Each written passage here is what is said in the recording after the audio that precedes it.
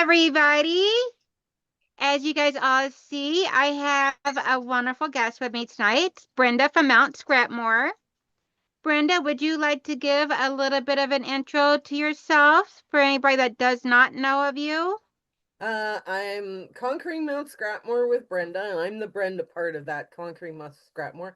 And I work a lot with scraps and crumbs and strings, and we post videos 3 times a week.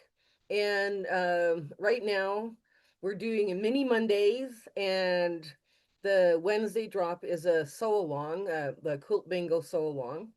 And coming up really quickly on that Wednesday drop is going to be Twinkle Twinkle. That's our newest sew along, mystery sew along that's coming up. And we also do Free Pattern Friday. And Free Pattern Fridays, people love Free Pattern Fridays. I give free patterns away all week, but they really love Free Pattern Fridays. Yeah, your free pattern Friday last Friday was really super cute. Yes, yeah, it was. I enjoy finding these things and, coming up with it and presenting it, and now we just have fun. My husband and I do this together. Oh, that's awesome. It's even better that you guys do that together. Yeah. So he So, does all the camera and the lighting and all the rest of the stuff and the editing, and I come up with the lesson plans and look for shout outs and that kind of fun those kind of fun ideas, right? So yeah. definitely. So we got Vintage Style by Joe in the room and Michelle's Crafts and More. Both of them are two of my moderators. Okay. And then Teresa Lynch says, love your videos, Brenda. Oh, thank you. And Miss Ellen Ford is here. Hello, everybody. Chat's being a little bit on the slow side of moving tonight. Seems like everybody hasn't got out and stretched their bones yet or something. Well, I just got up from a nap. Oh, I wish I could. I didn't get off work till 6 o'clock, which is why I wait until 7 o'clock to do these evening ones. Yeah, I we got home at what about just before 3, and I did like 3 minutes of running around the house. I was at okay, I need a nap. So I took a nap. I And then need a nap too. frantically trying to clean this room so that we can join so that it doesn't look too much of a whirlwind had gone through, but there, it is what it is, right? So I always, Definitely. I always tell people there's one clean view and sometimes it's the ceiling. There's one clean view in my room. It's the camera view that you get to see. Yeah. The rest of it, what's behind the camera, Yeah, the rest I have buried and everything behind me and on the floor. You can't see that. That's a shh. yeah. We have an area on my cutting table. I measure it every once in a while, and once it gets past 2 feet, I start working on it to move it down. And then I'm okay. I've had enough of that. Let's go put just keep. And it goes back up to 2 feet, and I'm like, oh, Yeah, I'm like, okay, I had my room so nice and clean. And then when I did the whole entire like dumping everything, bagging and boxing everything out, taking it all out of my room, doing a rearranging right but in the middle of doing quilt mess, mind you. Worst time in the world to do this. well, So I was part of the 12 days of quilt mess this time around. So I'm like, oh my gosh, what did I do? What did I get myself into? But at the same time, the clutter was just too much for my brain well, anymore, and I yes, couldn't take it any longer. yesterday I have drawers. I'm just going to show you these. You know the 3 drawer dressers you pick up at Walmart. Big Yes. drawers. Well, I had 2 plastic drawers filled with fat quarter bundles I hadn't opened. So the other day, I decided I'm going to open them, I'm going to sort them by color and try and stuff as many into my color bins as I could, right? Yeah, we were struggling trying to put all that up and back out of the way before we started this. And I'm like, okay, yeah, that was not a good plan. Possibly not the smartest thing we've done, but hey, We learn from things that we do. yeah. Hello, June and Miss Lisa Moosley. Lisa says, good evening, everyone. I love seeing all the different quilts Brenda does. Thank you. See, Vintage Style by Joe says, nap, yes, please. And so, thank you guys. They're saying that the hearts behind me look so pretty. This is actually a sew along that I just started this week, Ooh, nice. or just started last Wednesday, actually, to where we did, I've done 2 episodes so far. The next one is where we're going to be piecing them together into rows. Oh, very nice. Yeah. And I'm going back and forth right now on trying to decide whether I want to do sashing in between them or not. You know, there's something about putting sashing in cornerstones that really set off a quilt lovely. You know, it really Yeah. polishes the quilt, and then you put a nice border around it, and it Yeah, I really already gives got you the that. border cut and everything. And Yeah. it's like, okay, do I want to do sashing? You don't And have to do then sashings also, and borders though. Because look yeah, at the and then Korean. also, well, I'm also adding like a twist to it because all of these big half square triangles I have left over from cutting those, Yeah, I did the edge to seam. So that way there, I'm going to use them to create like a chevron border going all the way around. yeah. But you don't need borders and sashing and cornerstones. It's a more polished looking product when you're done, you know, depending on what you're going to do. I do Yeah, like well, the my mom had asked for because my stepdad's side of the family, his kids got them a like a cabin or RV or whatever it is, trailer or something like that, up by the lake and everything where they spend their summers. right. And so that way they got my mom and dad their own little place up there. And so mom's like, "Can you make me a twin size quilt and I'll pay you?" And so I'm thinking like, okay, so if I'm gonna charge you, but she insists I charge her, then I'm like, I'm just going to charge her just for the cost of the fabric and that's it. Yeah. Because then I I can use it to go buy more. People don't understand how many hours we put into quilts and how long we sew. It's not just the cost of the fabric and the thread, but it's like everything, right? So, Exactly. Yeah. And I mean, not only that, but the cost of the fabric, cost of the thread, cost of the wear and tear on the machine, and for oh, maintenance and stuff like that.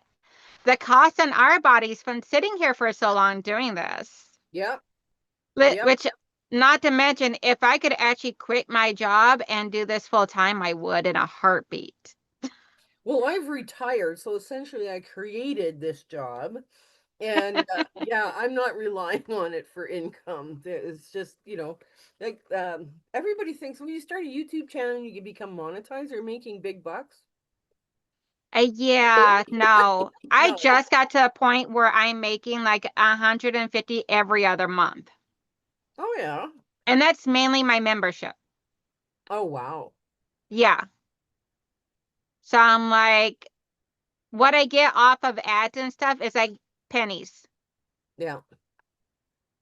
Which at the same time, I'm still also just underneath 1,300 subscribers on my channel. Oh, So I'm wow. still, and I've only been doing this for like 2 years. And it wasn't until like this last year where I really started trying to figure out what I want to do, what I like, what I don't like, trying to Right. figure out which way I wanted my channel to be, Right. what I Yeah. wanted it to be when it grew up. Well, my husband and I have been doing this now. It'll be 5 years in March. Oh, awesome. And that time just went poof, done. Right. So, and if I had to recreate this, I don't know if we could because I got incredibly lucky. And we got incredibly lucky. And there were things that the videos that we created that we never even think would do anything. And they're some of the most popular videos. I'm like, well, that's not making any sense, but okay. Yeah, I have some that just are like a complete flop and others that do phenomenal. And then the rest that are just like, they do okay, not bad. But I'm like, every little view I get, I count it as a reward because being a YouTube creator, it's a lot of work.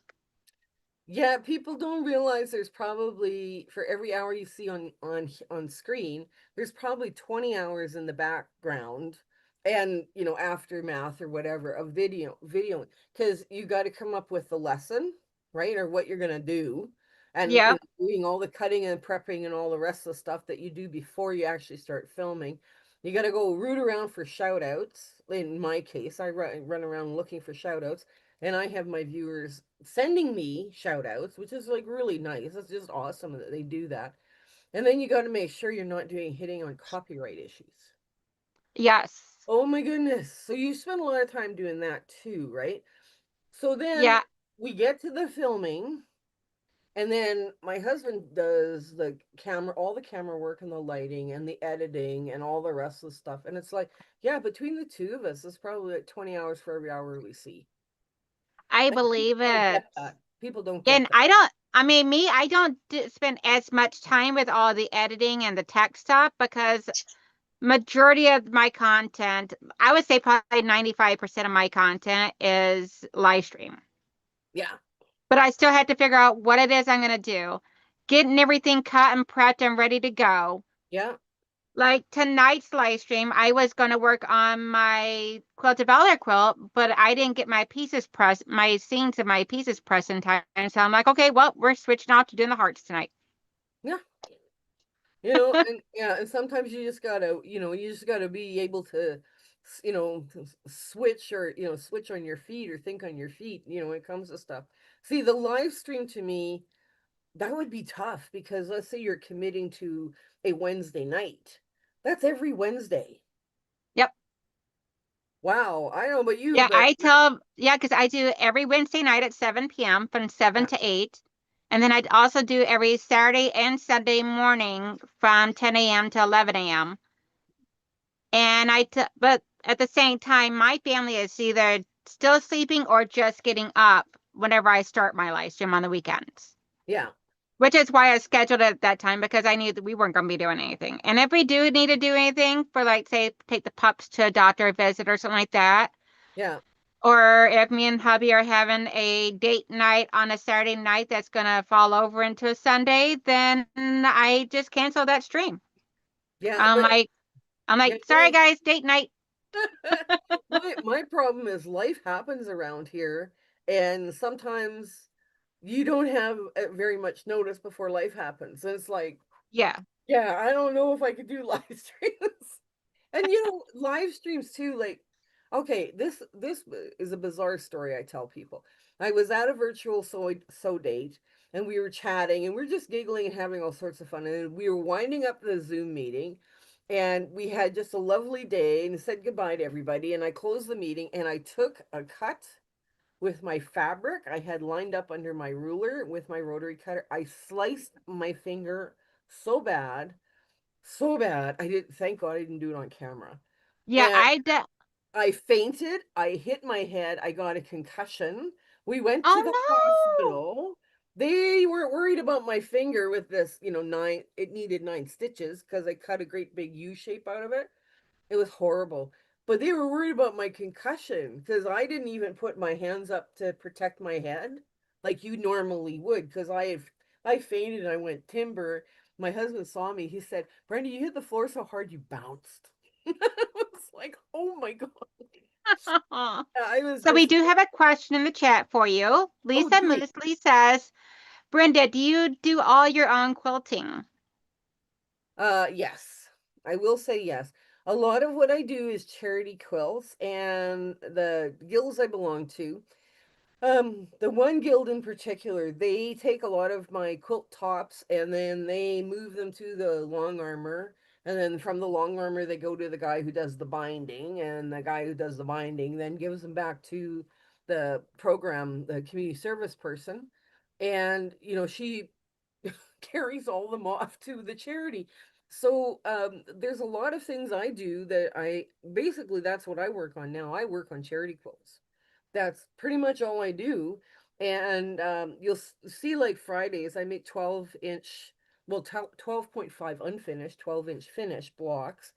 And then I can just quickly throw together into a charity quilt, Yeah. and here, like I'm in Alberta, Canada, And I would imagine Michigan and your, like the northern states have gotten smoked out by forest fires from Alberta Yeah. in the spring and summer, and Yeah, pretty because the bridge to Canada is actually like maybe an hour from me. So anytime it gets smoky by the border and everything, we get it here quite a bit. Yeah, we do lots of like charity quilts for what I do now is that it's St. Vincent de Paul is the charity, and they send queen size quilts up north, right to northern Canada where they're needed. A lot of people do twin size quilts. I have done twin size quilts or queen size quilts. A lot of crib quilts, like bigger quilt cribs or Yeah, crib quilts, new mouth, and that way that little one can take that crib quilt into their big boy or big girl bed, and it's familiar, right? So I mean, that's pretty much all I'm doing right now is just making charity quilts. And that is wow, do I have awesome. a lot of fabric to get through. I know every time I keep seeing some pretty fabric, I'm like, ooh, what could I do with that? Because I have a new rule this year. I am not buying any fabric unless I have a purpose for it. Well, Like, I unless I can actually see a pattern to do with it. I actually get a lot. I rely a lot on donations, and some purchasing and whatnot. What happens though is I've told my friends. I said I have to get this under control in here because I've got more fabric than I'm going to be able to sew through right now. So let me make room. Don't go looking for fabric. Let me make room everywhere in all my bins, and then we'll go back and start making more, doing more stuff. But yeah, right now it's like, and you never know what you're going to get, right? When you're relying on donations. And I just Yes. need to work through the stuff I've got just to, because right now I work so much on my scraps I never get to my fat quarters or yardage. So I'm trying to put all of that, all of the scraps, the fat quarters, the yardage all in one bin. In order to do that, I have to make room in my bin. So I'm trying to be very intentional with my purchases this year. And I have a really big thread donation that I got. Plus I have like lots of thread of my own too, right? So it's kind of like, okay, it's time I gotta sit back and be very intentional and just move out stuff. I never mind going into the store and buying thread, but let's use what we have first. Let's move that out first, right? So Oh, definitely. yeah, and I mean, And I'm missing out on all the beautiful fabric I see, but there's sometimes you have to say no, right? And it's tough. it is so hard to say no, especially whenever he's like, it comes out with like, say this line that comes out is like, your, it's like it speaks to your spirit of the colorway. And you're like, why? Why do you You gotta do know, this to me?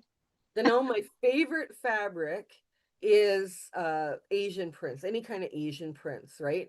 I took all of my Asian prints out and I'm working on a very long-term project with all of my Asian prints because I I buy them, I pet them, I take it home, I love it, and I call it George. Like I don't use it, right? So when I took out all my Asian print fabric, you can believe the room all of a sudden I created in my bins just by using Asian fabric. It took me like 2, 3 weeks to cut it all up. And honest to God, if I went into a store and saw more Asian fabric, I'd buy it. It's I like, believe it. right? So we It's got Janine, Delia, Heather, Laura Sapp, all of them coming in saying hello to you and me hello. both. Miss Katie Bergeron. Okay, she said Katie said it's a little hard to hear Brenda. Mm. Is anybody else having a difficulty time with hearing Brenda? Okay, let me check my audio. Let me check my audio. Okay. Is this better? Is Oh, it that's way better. okay? Sorry, ladies. Sorry, everyone. I just thought it was my laptop because I always keep my laptop down, volume down really low whenever I'm in here by myself. Oh, okay, yeah. And then, because I'm like, okay, I'm the only one that needs to hear it. So, Well, I hope everybody can hear me easier now. But yeah, like I'm trying to be very intentional and not buy too much. Like not buy unless I need, buy unless I need. Like I always find I buy colors, but things like whites or low volumes, I no. I tend not to buy stripes or checks or plaids or any because I forget, right? So unless I actually need those things, then I will go buy them. Yeah, but it's hard to remember. You got to need all the textures, all of the tech, a good check, right? And get a nice check in a print. That's always nice. Yes. Go into your scrap fabrics too, right? Into your scrap project. So you need lots of different textures as well, right? Oh, I don't think I'll ever buy a floral again because I have lots of florals. But Yeah, I have lots of florals. My favorite thing to do is take in a fabric. Like if I see a fabric that I want to be my main course, yeah, then I love taking that fabric, especially if it's a busy fabric, and looking very closely at it to find like the muted colors.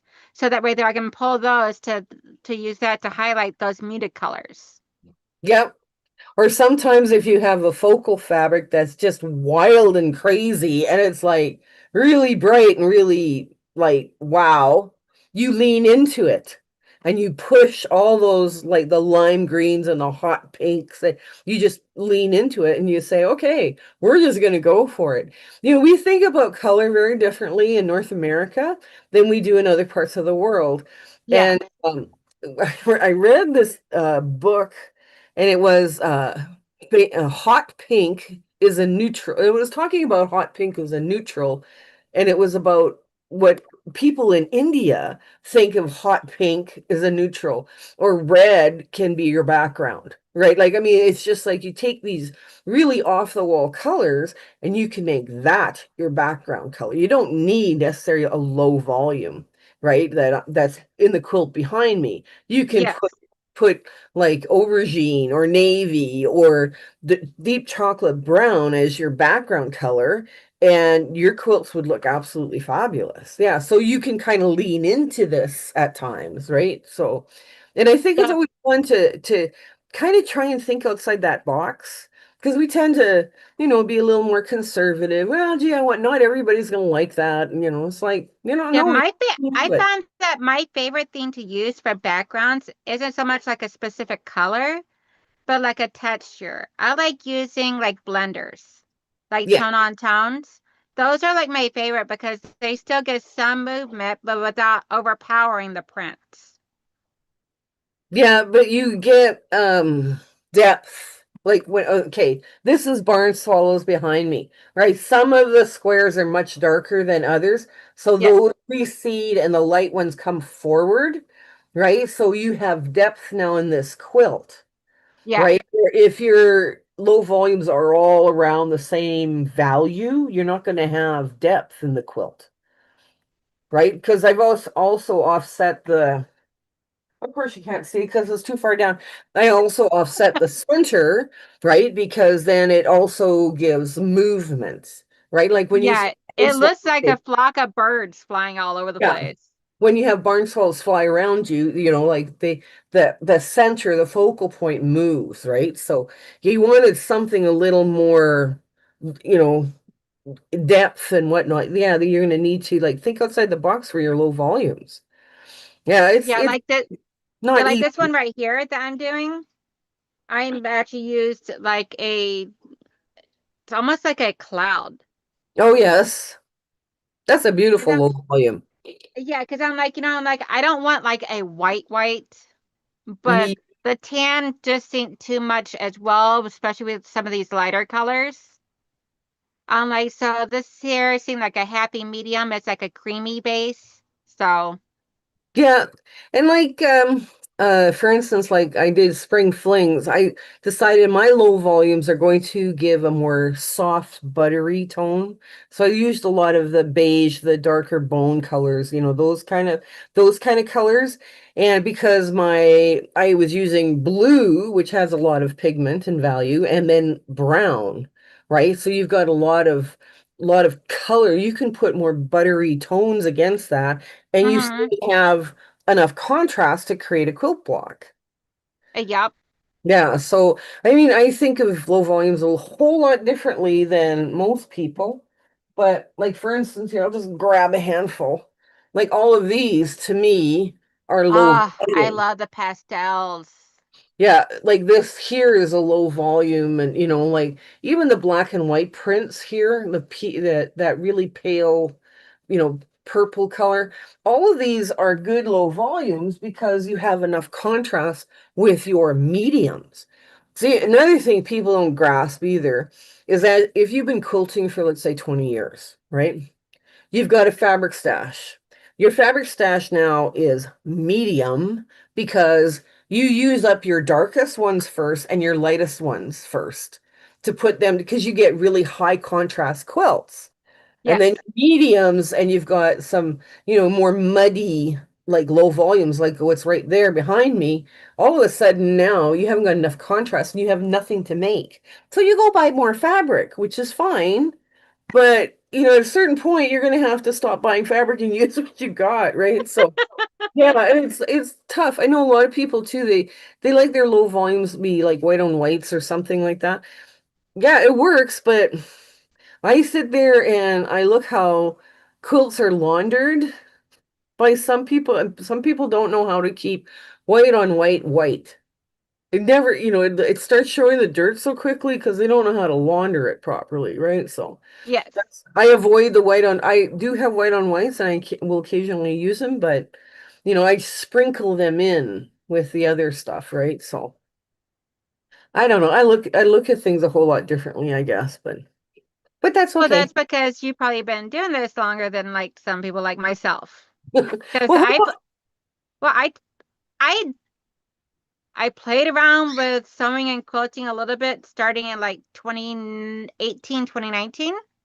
yeah.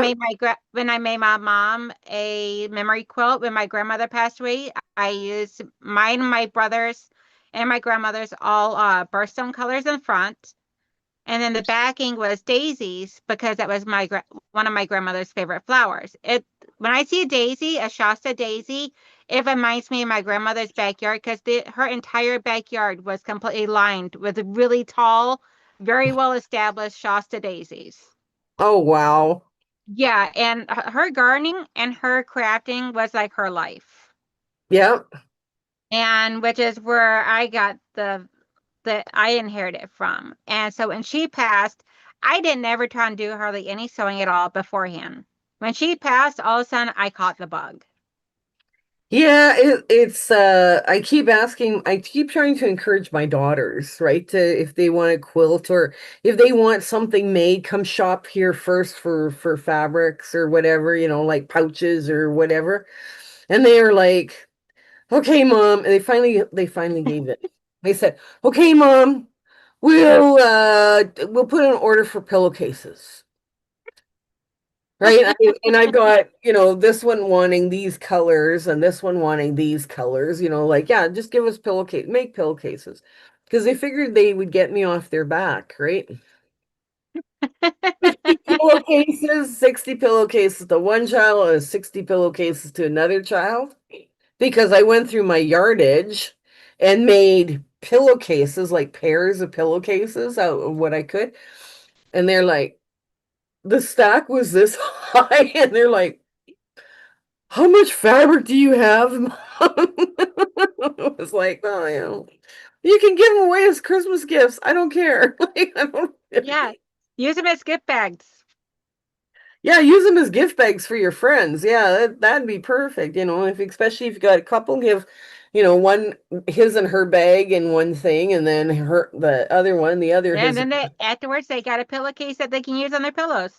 That's right. Yeah, that's right. I have a girlfriend that whenever she goes on one of these cruises, these lovely cruises. That's what she's still working, and she's, a little bit older than me. I don't imagine too much older. But what she does is she makes pillowcases for her cruise. So her goal is to meet and be introduced to 20 new friends, and every new friend she meets, she gives a pillowcase to. And that way they have something to put their dirty laundry in. And then when they get home, they have a pillowcase. And I thought, okay, that's a really cool idea. Maybe I should try and talk my husband into taking a cruise. And he went, no. I cannot tell you how many times the husband and I have went to like say his parents or something like that down south. And we've always used a pillowcase for our dirty clothes for the way back home Yeah. Yeah. because it's just a lot more convenient instead of putting it back into the dirty clothes back into the duffel bag to bring home, and then you gotta wash it all because now your clean clothes have been touching your dirty clothes. Yeah. Which last couple of times I just been like, Mom, can I use your washer and dryer? Yeah. Les and I had a small home in Tucson, Arizona that I miss it. The people were very nice there, and but it was time to up with a new adventure. And we have three grandkids, and there's a window of opportunity where your grandkids think you're cool, right? So we're right in that window of opportunity. We don't want to miss it, right? So we're trying to sell our home there, and it was always nice to be able to drive down and take your bag of dirty clothes because you're driving, it takes you a few days, and just pitch them in the washer with your pillowcase. I thought it was a great idea. But Yeah. and then you take your pillowcase home with you. Yeah, this is a very well-traveled pillowcase. Yeah, Dahlia says that's what garbage bags are for. My problem is my dirty clothes have gone missing because they were in garbage bags. Yeah, this is not the I best was gonna say, knowing my luck, I would get it mistaken for the bag of garbage and toss it out. Oh my God. Yeah, Now, now I see that you are also part of the Back to the Basics Quilting 101 collab. yes, I am. I'm very excited about that. Donna from Handmade with Ying with Donna has put together like so many very talented quilters. So I was very pleased when she asked me. I was just like, okay, yeah, sure, I'll do this. And then I saw the list and I was like, wow. Yeah, I'm impressed. That's a Yeah, really cool, when she asked me, I'm like, really? I'm like, yeah. I'm like, oh my gosh, you actually think I'm up at that standards? Yes. yeah, I'm actually involved with two collaborations this spring, summer, fall. But yeah, I was really impressed. And it was kind of nice. You know what's nice? The nicest thing about it is we're catering to the beginners because the guys have been quilting for a while. They want to just try new things, but this is directed at the beginners. And the guys like myself, I've picked up some bad habits along the way too, right? We all do. And it's nice to be put back on track. And no, I mean, we're all guilty of it. If you've been quilting more than 10 years, you've probably picked up a bad habit or two. So it's always nice Yeah. to go back and get that refresh on your skills. So she's not just aiming it at the raw beginner and they're going, is this a rotary cutter? They're not just aiming at those people, they're aiming at guys like us as well. So I kind of thought that was, interesting. And I did come up with three different lessons. And I think I picked some interesting lessons. And it's ones that, hopefully beginners don't get too afraid of, right? So maybe I could have done something a little simpler, but it'll be fine. It'll But be you gotta remember, yes, granted, we're trying to cater towards the brand new beginners, but we also don't want the experienced quilters or the intermediate quilters to be bored either. no, So that's we true. got to get stuff to them too. Yeah. So I have a hard, no, a beginner, intermediate, a hard, and the hard one comes out sometime in September. September? Yes. Sometime it's my list is here somewhere. My list is here somewhere. Trust me, Mine's on my phone. I will find it eventually as I panic. Yeah, But yeah, mine's on my phone. I'm actually recording my very first one. Hopefully this Sunday, I'm gonna get that recorded. Fingers yeah, crossed. I yeah. keep saying it, and then things keep happening. I know. I know. I'm doing that I'm doing all three of my lessons on we're filming them on Friday. And just, that way then they're up and then because I'm making blocks, then I can mail the blocks to Donna because I understand she's making a quilt out of all the blocks at the end. So, Yeah, so she's actually gonna be assembling them all together into a quilt, and then doing a giveaway. for one of the subscribers to, or one of the viewers to be able to win that quilt. Very cool. That's a very Yeah, cool idea.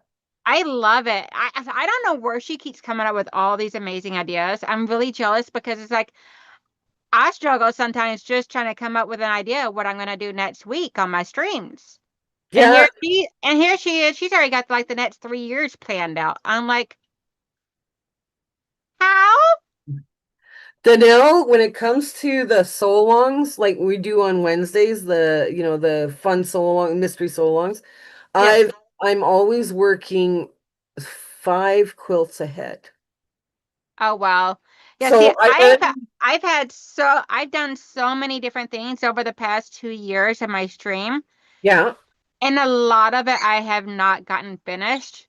So this year is where I'm taking, like this month, I got a couple of things I'm working on. Like I got the sew along that I'm doing yeah, for something new, because every other month I'm gonna do a sew along. right. And as well as I'm working on also getting other things completed as well. Yeah. I'm So like, other than one so long every other month, I'm not really introducing anything new. I'm just bringing back some of my older stuff and completing it. yeah. Okay, so what I do, like, and this is how I work.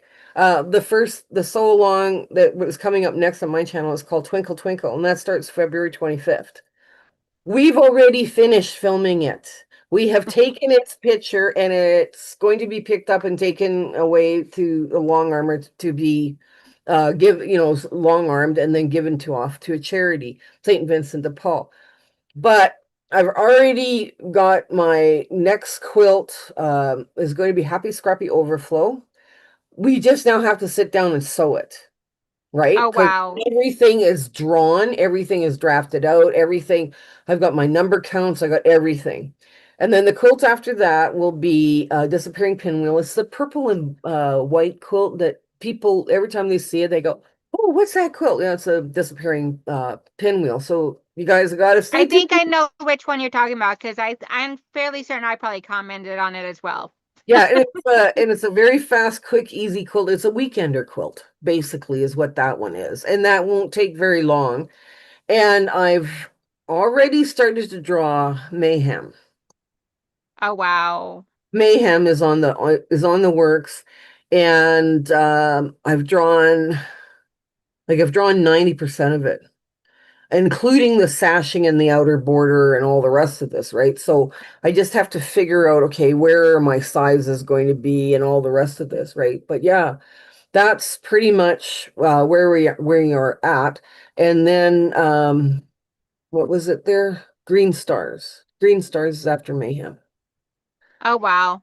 So yes, there is, several different things that I'm always working ahead, right? Because you gotta stay ahead, right? Like free Yeah, pattern. because you got to be able to have time to do your prep and your cutting and your pressing and everything, getting Yeah. everything labeled, ready to go, so that way there, when we come up onto the screen, we actually look like we know what we're doing. Free pattern Friday, my free pattern Friday folder has got over 200 ideas. Oh, wow. I'm good for a couple of years. I don't have to worry. And mini Monday, I'm going to be doing a Manx showing people how to do Manx quilting. And then we're going to do add Make It Monday. And then we've got a few different ideas for the Monday drop too, right? So it's like, and we'll keep throwing mini Mondays in there because mini Mondays, people love minis, right? I mean, I Yeah, not me. I'm like, if it's like smaller than 8 inches, no.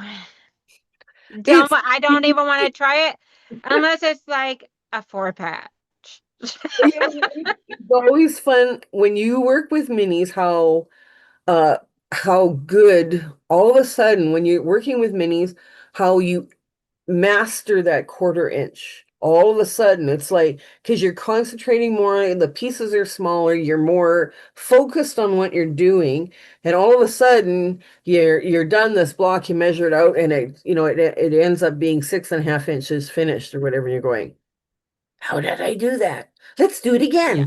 again. That kind of, yeah, I say this, and yeah, I love doing English paper piecing of 1 inch hexagons. I know. You know what I picked up the last time, a couple of times I was in a quilt store? 1/2 inch hexagons, 1/2 inch. I've been thinking about going to 3/4 and trying that.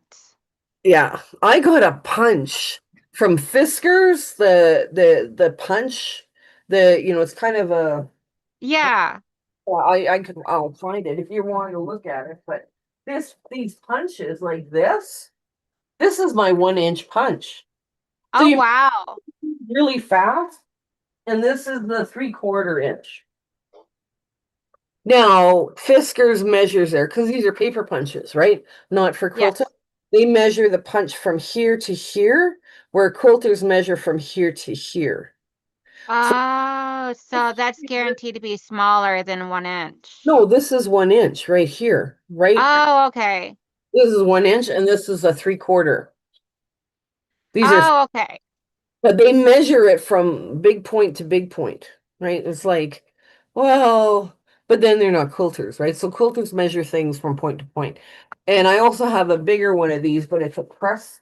It's a press, not a. But yeah, I picked up the 1/2 inch hexies, and I'm like, that's crazy. Yeah. So we But have a question for you from the audience. So Yo Petty G is saying, Brenda, I know you design your own FPP patterns. Have you ever made someone else's FPP patterns? And what was it? yes, I have made other people's FPP patterns. And oh my gosh, I have also done all sorts of other things. Mostly now I put them in blocks. I do blocks, right? Mostly what I do is blocks and then I put them all together. FPPs, my favorite FPP pattern, we'll do that one instead, is the Crazy Pineapple by Bonnie Hunter. The Crazy Pineapple is 45 pieces of fabric in a 5 inch square. And when I worked, I would come in here into my sewing room, and especially after a really stressful week or day or something, I would sew those pineapple, and it was like therapy. It was like, spending time on a psychiatrist's couch or whatever. And 45 pieces of fabric. yeah, And how big of a, 5 inch square, 45 pieces of fabric in a 5 inch square. and That, that was to relieve stress? huh? I was saying you did that to relieve stress? Yes, and I'm now working currently on my fourth queen size quilt. And Oh I my made gosh. queens bigger because my husband and I are not little people. We're not skinny little people. We're bigger people. And every night we have that, tug of war for blankie supremacy. So we want a queen size that has drape, right? So I make my queen size a little bit larger than possibly I should, but I don't care. It's my bed. I can do this as big as I want. Yes. And I'm currently working on my fourth one. But since I retired, I haven't had to sew it. So it could be a work in progress for a very long time. Yeah, the my legit kit lion FPP pattern that I've been working on for like forever now. Yeah. That which is actually hanging up behind this here because I got him hanging up there and I'm like, there is no way I'm taking this down. And I'm just gonna be hanging up fabric over him to pin. Yeah. Because he's staying there until he's done. Yeah. But yeah, him I actually did not even order the fabrics from the Jit kit. I ordered just the paper pattern. And I've been using up my own fabrics to do it. I'm like, oh my God, what was I thinking? Yeah, I know. They sometimes people get too, I don't know, crazed with the foundation paper piecing, but like boxes of crumbs, like this is my pink crumb bin. And yes, they're not all crumbs. Some of them are bigger pieces, but my crumbs are hand size. They're perfect to throw together in Yeah. a smaller foundation paper piecing. That's actually my favorite way of using my foundation paper piecing, and I'm using up my crumbs. I love EPP because it's the perfect go bag for those hurry up and wait appointments where you're waiting in a hospital or you're Yes. in the doctor's offices and you're, like that kind of thing, those hurry and wait, you got to be there on time. And then you wait for like, God knows how long, right? So, I mean, those are kind of the perfect thing to take, because as I know when my husband was in the hospital or the last time, I was basting hexagons. I was just basting them, thread basting them because I don't Gluing is a lot more expensive than thread basting because thread base I always have crap thread around.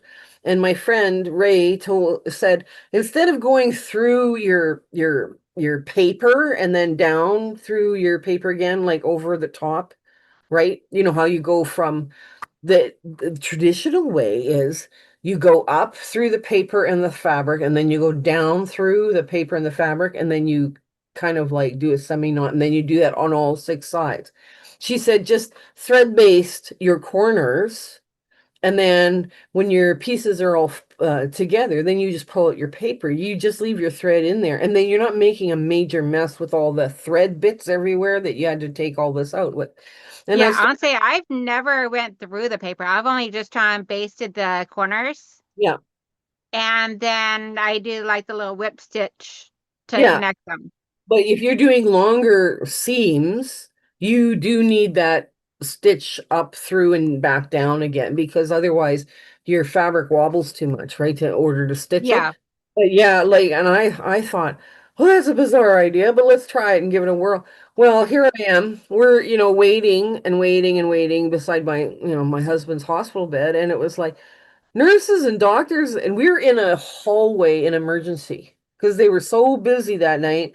There was no room. It was just a hallway with my hubby was asleep, and I started, hexie basting, and it just kept me sane. And what happened was every nurse would walk past me and look at me funny, and I was like, okay, it's like, then I kept moving closer because I thought I was in the way, and thread basting these things. And yeah, finally they started stopping and going, "What are you working on? What are you doing?" It's so funny that they waited so long to actually stop and ask. Yeah, it was like about midnight or so. They'd been watching me do this for hours, and and I explained to them what I do with it afterwards and make little hexagons and little blocks, little square blocks. And they were like, "Really? You're a quilter and that's what this starts out to be?" And they were like, "I've spoken about that. You've been doing this for hours, oh my God." Yeah, I have. Oh, too funny. Yeah, I remember once before, I thought my husband was in the hospital because he had a MRSA infection. He was shaving, and I guess one of the pores had got infected or something like that. And according to his doctor, they said it's very common for guys when they shave that all it takes is one time of having just the right bacteria in your hand, touching your face, and then you wind up with an infection. Well, he wound up with MRSA infection in the hospital for a couple days, getting the IV and antibiotics and all to kill it. And so I was going to work during the daytime. As soon as I got off work, I come home, get the kids taken care of. They were old enough to be home alone, but I wanted to make sure they had food for dinner, make sure they were good and everything. And then I'd go stay at the hospital with him. And I'd bring up my sewing, or we'd sit there and watch movies on his tablet while laying there getting his injections. And I was sleeping in the chair beside of him. Yeah. And it Yeah. was just so crazy. Yeah, it's stressful. I mean, my husband, Les, has never, I can count still on two hands the number of times he's been sick in the 30 years we've been married. And it's like, really? You're now laid up in a hospital bed for how long? It's like, Yeah, yeah, that was the only time I that he has ever been hospitalized when he had the MRSA infection. I'm like, must be nice. yeah. Well, For not, me, I've been hospitalized 3 times. Twice for having my boys, and then once from having lower back surgery. oh, wow. Yeah, which was all before I ever started quilting. And then of course I decided I was gonna pick up quilting, something strenuous on the back. So it's like on the outside, it's also helped me get my back muscles stronger too. So Yeah. There are people that do nothing but posture, right? Like they talk about how you posture yourself and how your chair needs to be adjusted correctly so you can so and though that posture is so important. I find myself, especially if I'm doing a lot of intense sewing, I keep leaning forward. I lean forward so much that the thing that goes out up and down the just about whacking me in the head, right? And it's like because I'm leaning forward, but I'm also sitting on the edge of my chair. It wouldn't take much for this chair to flip out from underneath me, right? I mean, I don't know what I'm thinking of, but yeah, it's posture. It's all about posture. And Well, the Miss Donna from Handmade by Ying, also what I always call her is Auntie Donna, is in the chat now. oh, hi Donna. And she said that she absolutely loves that quilt behind you, Miss Brenda. Oh, thank you.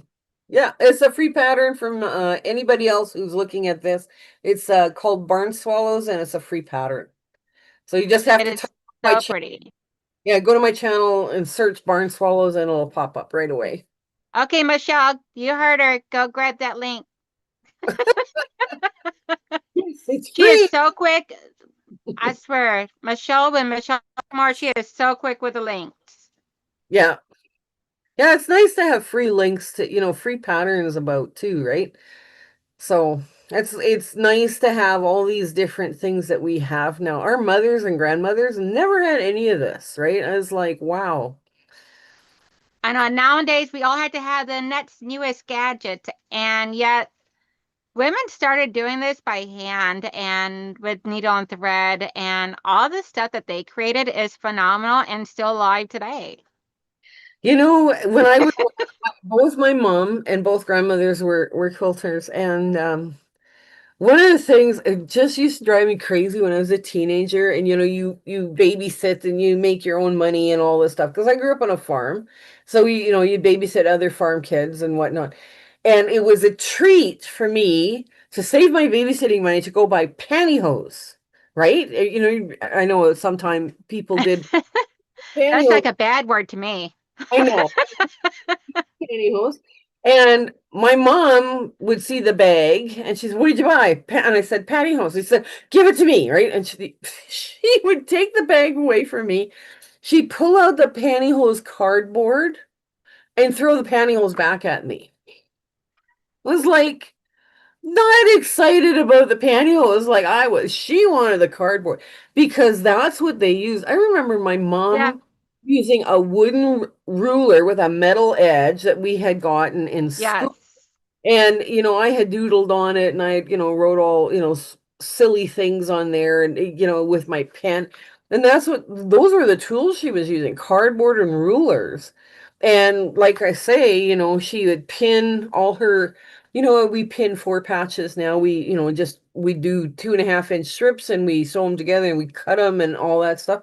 My mom was putting together 4.5 inch 4 patches with pins, so she knew where to sew. Yeah. Right.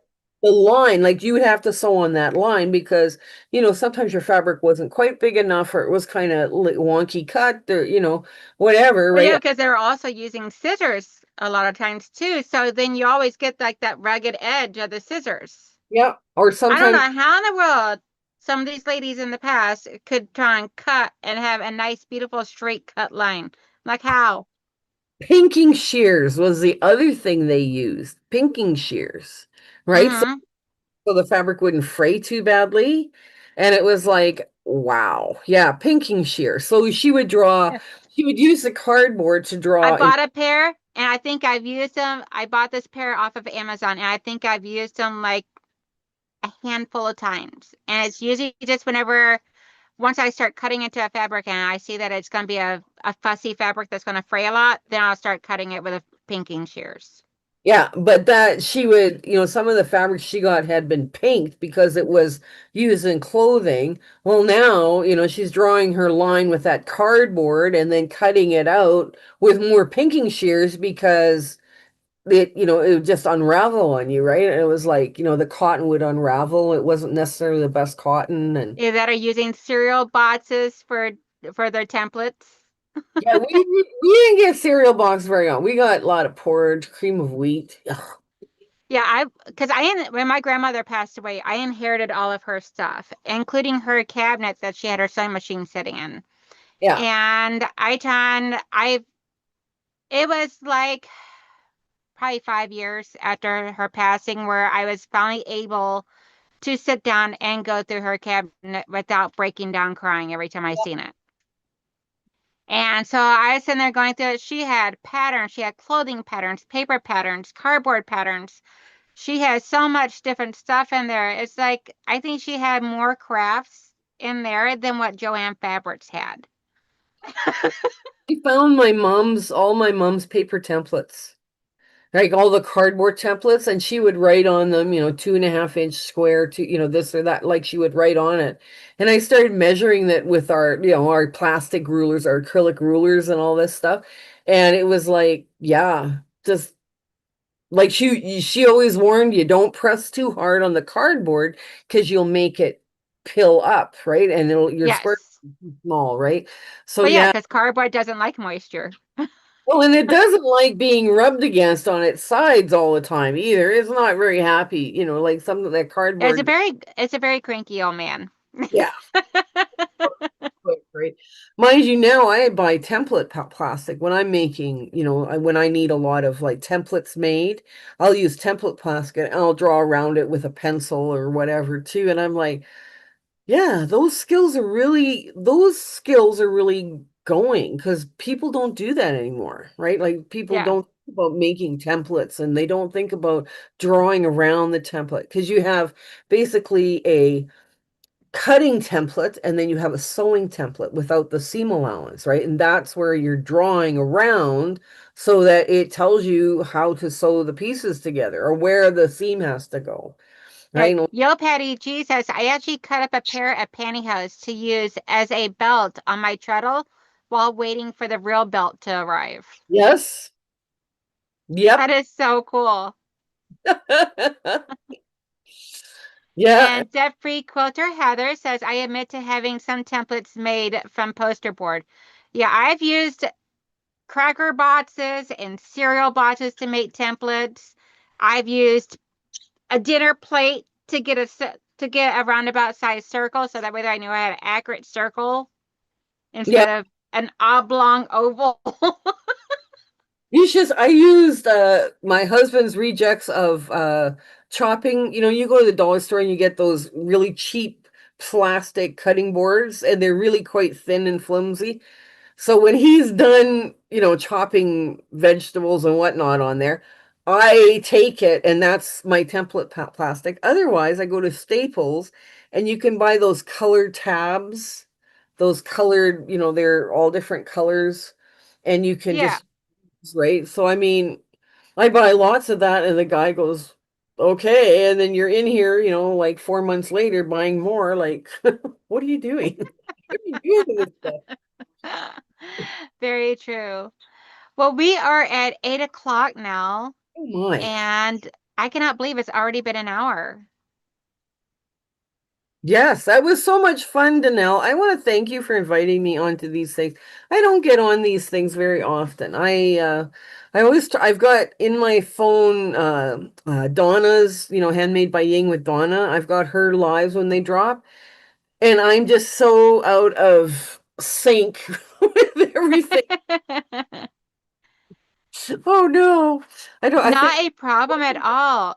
Now, do you have anything coming up that you would like to discuss or anything? Or Well, I have, like I say, I'm in part of two collaborations this spring, summer, fall.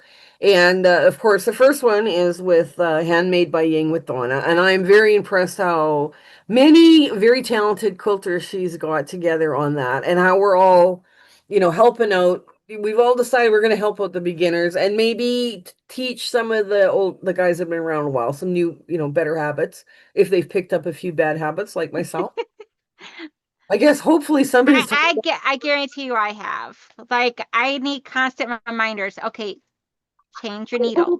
I hope somebody is going to talk about organizing your sewing room because I brought definitely need help there. So the other thing, the other collaboration I'm in is the Quilters Challenge. Now, we this group, we've assembled this group. What an amazing group of people they are. There's Future Cat from New Zealand, Kelly from Kelly's Quilts, and then Kelly from Silly Moon Quilting, Sam Alberts, Michelle from Bits and Pieces, Deb from Sewing with Debbie, and they're just such a fabulous group of ladies, and Yes. or they're artists actually. They're not, it's not necessarily ladies, they're artists. And we've decided to challenge each other. So whatever the theme challenge I'm coming up with, I have my idea to present, and these guys are now not only am I challenging them, I'm also challenging my viewers. Okay, this is my idea. Now tell me what that means to you. And they're challenging themselves and their viewers. So I'm so excited to see what's going to come out of that. Because when you start challenging people and you challenge them to think outside the box and okay, come up with something of your own, your amazing stuff that comes out of that is like it's like so cool. And I'm just like, I get to go first, which I'm just, like all excited about. And I'm just dying to see what the other ones come up with. And like I say too, like with Donna's, I mean, there's some very talented people in that group. And, look at them, Yes. like, yeah, it's going to be very exciting to see what they're going to do and how, what ideas they're going to present, right? I am hoping that either Donna or somebody steps up and does organizing your sewing room because like, yeah, you shouldn't wait till your pile of unknown stuff reaches 2 feet high. That's, number. Yeah, I had when I first tackled my room, and it's still in a progress. So when I first tackled it, it was just where I could walk in from. So my sewing desk used to be over here up against this wall. Yep. And I didn't have a design wall. I had a one of those folding craft walls Oh, yeah. that you would display your stuff on at craft shows. I Yep. had one of those standing up behind me that I would hang my quilts over for the live stream.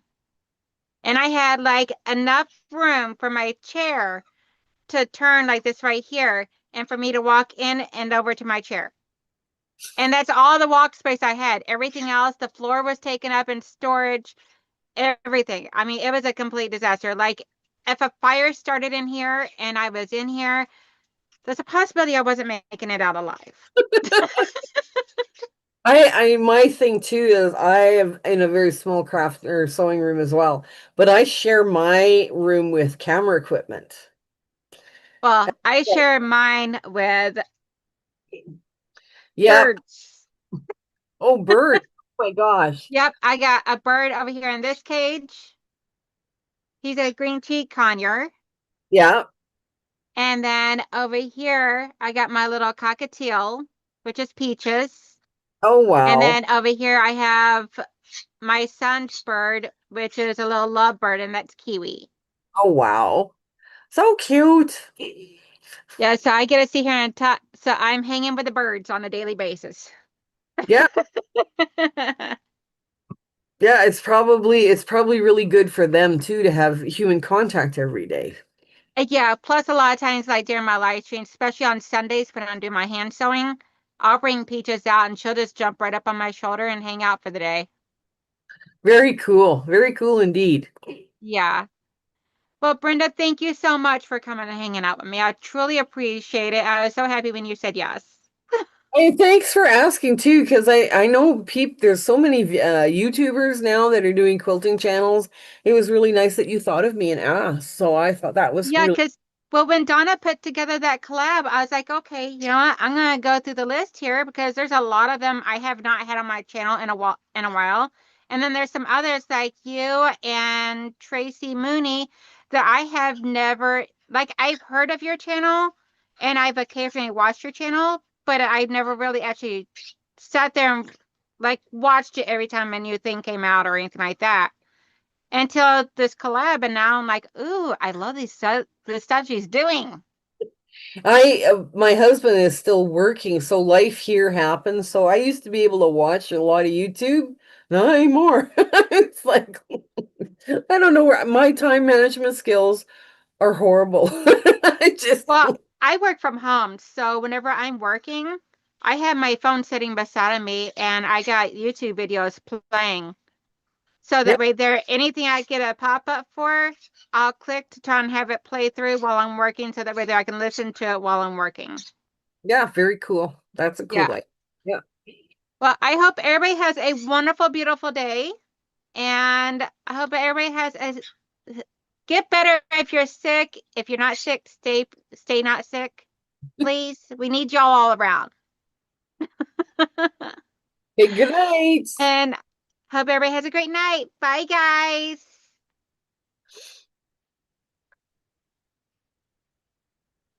And we're done. Oh, well, that was fun. That was a lot more fun. I didn't realize that. Yeah,